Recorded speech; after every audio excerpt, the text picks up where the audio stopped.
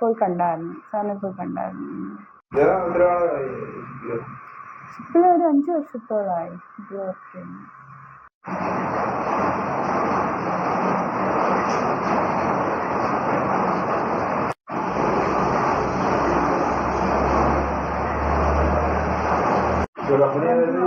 എന്തോ ഇത് see guardian എന്ന് പറഞ്ഞിട്ടുള്ള കമ്പനിയാണ്.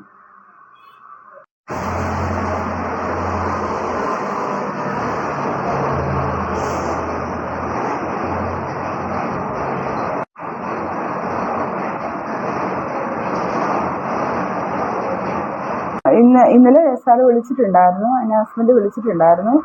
അപ്പം പറഞ്ഞത് അവര് മീൻ ബോട്ടുകാരാണ് അവർ രക്ഷപ്പെടുത്തിയത്. അപ്പൊ അവര് അവരുടെ യമന്റെ ആർമിക്കാർക്ക് അവര് ഇവരെ എല്ലാരെയും കൂടെ കൊടുത്തിട്ടുണ്ട്. അപ്പൊ അവര് യമന്റെ ഗവൺമെന്റ് അണ്ടറിലാണ് ഇപ്പൊ ഉള്ളതെന്ന് പറഞ്ഞു. ഇവര് 11 പേരാണ് ആ ഷിപ്പിൽ റെസ്ക്യൂ ചെയ്തത്. അതില് 9 പേര് ഹോട്ടലിൽ അവർ താമസിപ്പിച്ചിരിക്കുക, 2 പേര് ഹോസ്പിറ്റലിലാണെന്നാണ് പറയുന്നത്. ഇല്ല, ഇവര് ഒരു ഇന്ത്യക്കാരനും ഒരു റഷ്യ, ബാക്കി ഫിലിപ്പീൻസുകാരാണുള്ളത്. ഇല്ല, ഒരാളേ ഉള്ളൂ.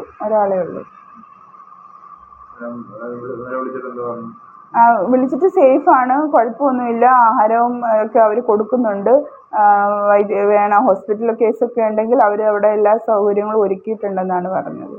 5-6 ദിവസത്തിനുള്ളിൽ അവിടുന്ന് വിടും എന്നാ പറഞ്ഞെന്ന് പറഞ്ഞു.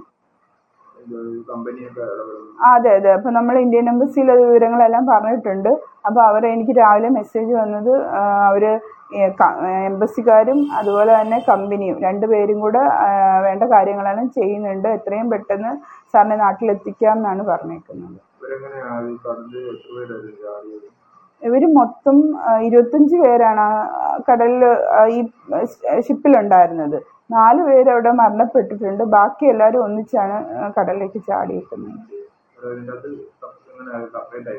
അത് ഈ തിരമാല അടിച്ചിട്ട് അങ്ങനെ എല്ലാവരും കൂടെ സെപ്പറേറ്റ് ആയി പോയെന്നാണ് പറഞ്ഞത്. 10 പേര് ആദ്യത്തെ റെസ്ക്യൂവിൽ അവർക്ക് കിട്ടി. പിന്നീട് അവർ തെരച്ചിൽ നടത്തിയപ്പോൾ കിട്ടിയില്ല ഈ ബാക്കി 11 പേരെ, എൻ്റെ ഹസ്ബൻഡ് അടക്കമുള്ളവരെ. അപ്പൊ പിന്നെ നമുക്ക് അതായിരുന്നു ആശങ്ക, എവിടെ ആണ് എന്നുള്ളത്. ഇനി ഹൂതികളുടെ കസ്റ്റഡിയിലാണോ? കാരണം ഒരു വിവരവും ഇത്രയും ദിവസമായിട്ട് നമ്മൾ അറിഞ്ഞില്ല.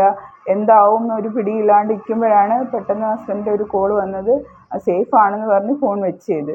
പിന്നെ ഇന്നലെ വിളിച്ചിട്ട് പറഞ്ഞു ഇതുപോലെ കാര്യങ്ങളെല്ലാം നമ്മൾ അറിഞ്ഞില്ല എന്നുള്ള ഒരു രീതിയിലാണ് പുള്ളിക്കാരൻ സംസാരിച്ചപ്പോൾ. നമ്മൾ പറഞ്ഞു എന്താ പറയാ, സേഫാണ്, വേറെ പ്രശ്നങ്ങളൊന്നും ഇല്ല, അവർ ഹോട്ടലിൽ താമസിപ്പിച്ചിരിക്കുകയാണെന്നൊക്കെ പറഞ്ഞു. കേട്ടപ്പോൾ തന്നെ ഭയങ്കര ആശ്വാസം.